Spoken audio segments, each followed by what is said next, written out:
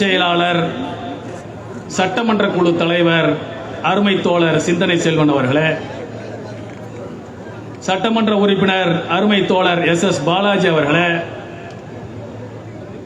துணை பொதுச் செயலாளர் சட்டமன்ற உறுப்பினர் அருமை சகோதரர் ஆலூர் ஷானவாஸ் அவர்களே,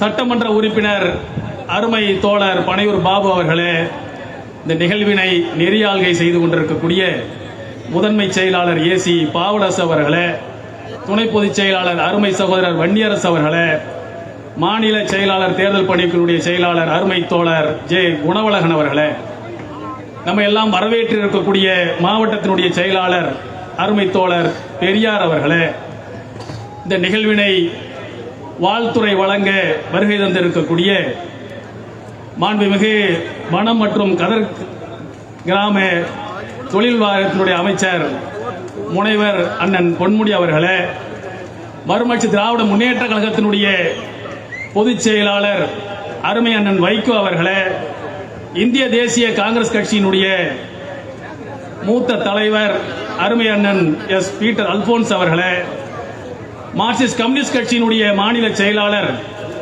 மதிப்புமிகு தோழர் சண்முகம் அவர்களே, இந்திய கம்யூனிஸ்ட் கட்சியினுடைய அருமை தோழர் இரா முத்தரசன் அவர்களே, இந்த நிகழ்விலே கலந்து கொண்டு சிறப்பு அழைப்பாளர்கள் பங்கேற்றிருக்கக்கூடிய திராவிட முன்னேற்ற கழகத்தினுடைய மாவட்ட பொறுப்பாளர் அருமை தோழர் பொன் கௌதம சிகாமணி அவர்களே, இரா லட்சுமணன் அவர்களே, அந்தியூர் சிவார் அவர்களே, மணிகண்டன் அவர்களே, இந்த நிகழ்வில் வெற்றி விழா நாயகனாக சமரசமற்ற போராளியாக இந்த மாபெரும் வெற்றிக்கு இந்த இயக்கத்தை அழைத்து சென்ற அருமை அண்ணன் எழுச்சி தமிழர் அண்ணன் தொல் திருமா அவர்களே, எழுச்சியோடு பங்கேற்றிருக்கக்கூடிய தோழர்களே, சகோதர சகோதரிகளே, உங்கள் அனைவருக்கும் என்னுடைய நெஞ்சார்ந்த நன்றியையும் வாழ்த்துக்களையும் முதற்கண் தெரிவித்துக் கொள்கின்றேன்.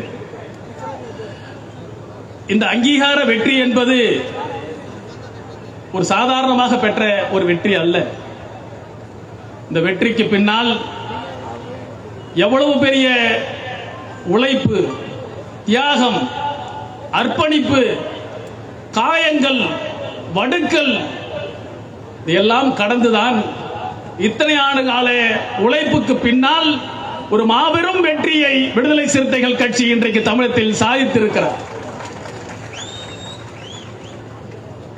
ஒரு வகையில் மனிதநேய மக்கள் கட்சி இந்த வெற்றியை எங்களுடைய வெற்றியாக நாங்கள் கொண்டாடவிருக்கிறோம்.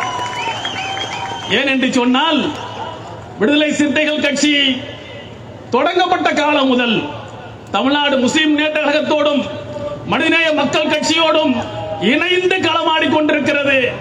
அரசியல் களத்தில் ஒரு சில நேரங்களில் மாற்று அணிகளில் இடம்பெற்றாலும் கூட கருத்தியல் ரீதியாக ஒன்றுபட்டு களமாடக்கூடியவர்களாக மனிதநேய மக்கள் கட்சியும் விடுதலை சிறுத்தைகளும் திகழ்ந்து கொண்டிருக்கிற காரணத்தால் இது எங்களுக்கு வந்திருக்கக்கூடிய வெற்றியாக நாங்கள் புலங்காகிதம் அடைகிறோம்.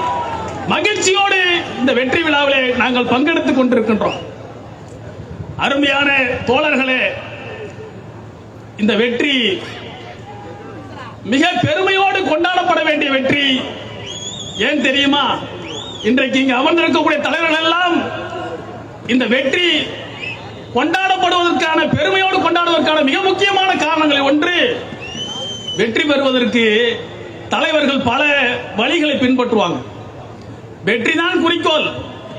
எந்த அணியினா எதிர்ன்றதை பற்றிலாம் கவலை இல்லாம போய் கொண்டிருக்கக்கூடிய நிலையில் ஒரு கொள்கை பாதையை வகுத்து தந்தை பெரியாரும் புரட்சியாளர் அம்பேத்கரும் காட்டிய பாதையிலிருந்து கொஞ்சமும் வலுவாமல் நிலைத்து நின்று இந்த வெற்றியை பெற்றிருக்கின்ற காரணத்தால் எழுச்சி தமிழரை நெஞ்சார்ந்த நன்றியை அவர்களுக்கு நாங்கள் பெருமைப்பட சொல்லிக் கொள்ள விரும்புகிறோம். ஒரு சாதாரண வெற்றி அல்ல. அரசியல் களத்தில் தலித் மக்கள் அவர்கள் விலை பேசக்கூடிய ஒரு வாக்குகள் என்று நினைத்துக் கொண்டிருக்கிறார். ஒரு காலகட்டம் அப்படிதான் இருந்துச்சு. கடைசி நேரத்தில் விலை பேசி அந்த ஓட்டுகளை வாங்கிடலாம். அப்படிப்பட்ட மக்களை, ஒடுக்கப்பட்ட மக்களை, அடித்தட்டு மக்களை அரசியல் ரீதியாக அணிதிரட்டி அவர்களை எழுச்சி பெற செய்து இந்த எழுச்சி தமிழர் இந்த வெற்றியை பெற்றிருக்கிறார்.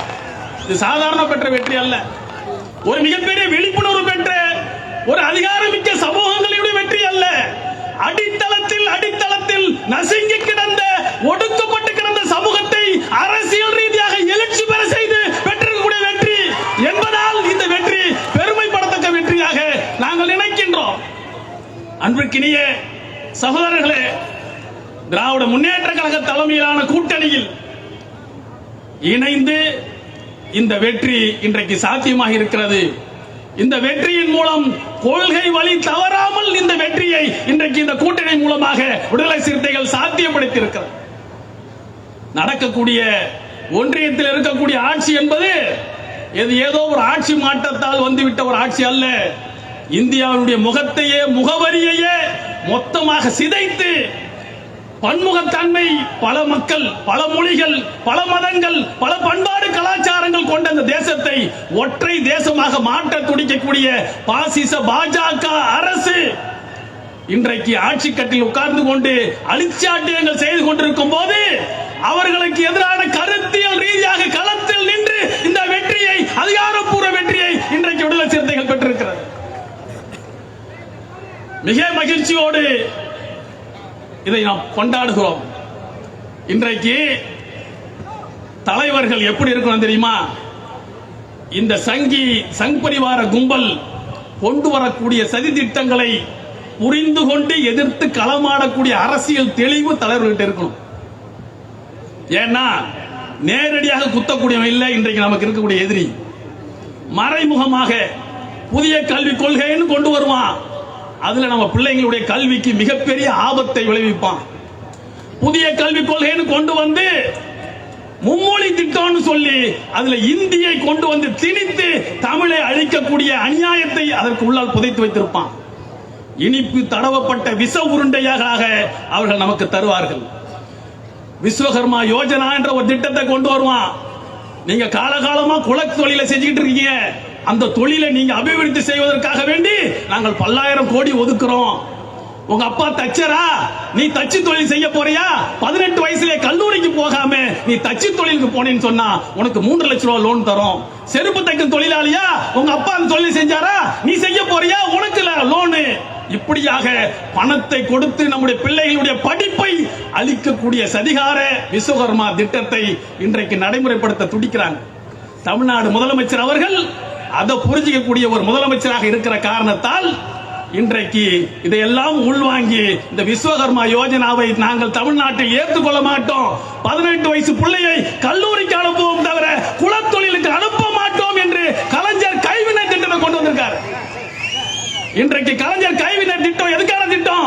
35 வயசுக்கு மேல அப்படிப்பட்ட தொழில் செய்யக்கூடியவங்க இந்த லோனை வாங்கி பொழைச்சிக்கங்க, சம்பாதிச்சுக்கங்க, முன்னுக்கு வாங்க என்று சொல்லக்கூடிய நிலையில இதையெல்லாம் இன்றைக்கு தலைவர்கள் புரிந்து கொள்ளக்கூடிய தலைவர் தான் முதலமைச்சர் சொல்றாரு. என்ன சொல்றாரு? நாக்பூர்ல சொல்லக்கூடிய நாசகார திட்டத்தை தமிழ்நாடு ஒரு காலத்திலும் ஏற்றுக்கொள்ளாது என்கின்ற முதலமைச்சருடைய கொள்கை முழக்கத்தை பார்க்கிறோம். அந்த கொள்கை முழக்கத்திற்கு மிகப்பெரிய அடித்தளமாக, கொள்கை வீரனாக இருப்பது விடுதலை சிறுத்தைகளுடைய கட்சி தலைவர் அண்ணன் தொல் திருமா என்று சொன்னால் அதை யாராலும் மறுத்திட முடியாது, யாராலும் மறுத்திட முடியாது. இன்றைக்கு நாங்களும் கொள்கை தலைவர்களை வச்சிருக்கிறோம்.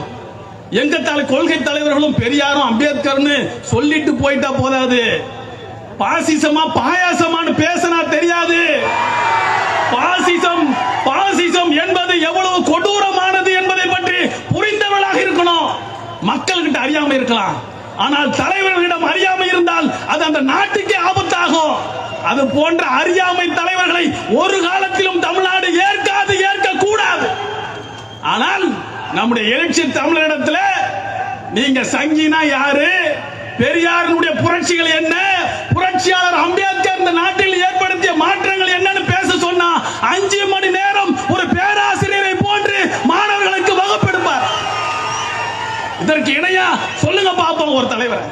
அந்த அளவிற்கு இன்றைக்கு மேடை இருக்கக்கூடிய தலைவர்கள் இந்த கொள்கை எதிரிகளை புரிந்து கொண்டு இந்த தேசத்தை பாதுகாப்பதற்காக வேண்டி ஒரு அணியில திரண்டிருக்கோம். இந்த கூட்டணியில ஏதாவது விரிசல் விழாதா, ஏதாவது பிரச்சனைகள் ஆகாதா என்று இன்றைக்கு கங்கணம் கட்டிட்டு உட்கார்ந்துட்டு இருக்காங்க. அது ஒரு காலத்திலும் நடக்காது. இந்த கூட்டணி, திமுக தலைமையிலான கூட்டணி என்பது அடுத்த தேர்தலை மட்டும் கவனத்தில் கொண்டது அல்ல.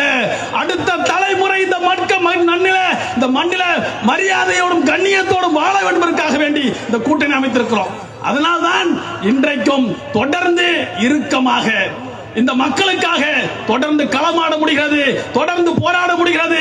இந்த நேரத்தில் விடுதலை சிறுத்தைகளுக்கு கிடைத்திருக்கக்கூடிய இந்த அங்கீகார வெற்றியை தொடர்ந்து போராடுவோம், தொடர்ந்து இந்த வெற்றியை கொண்டாடுவோம்.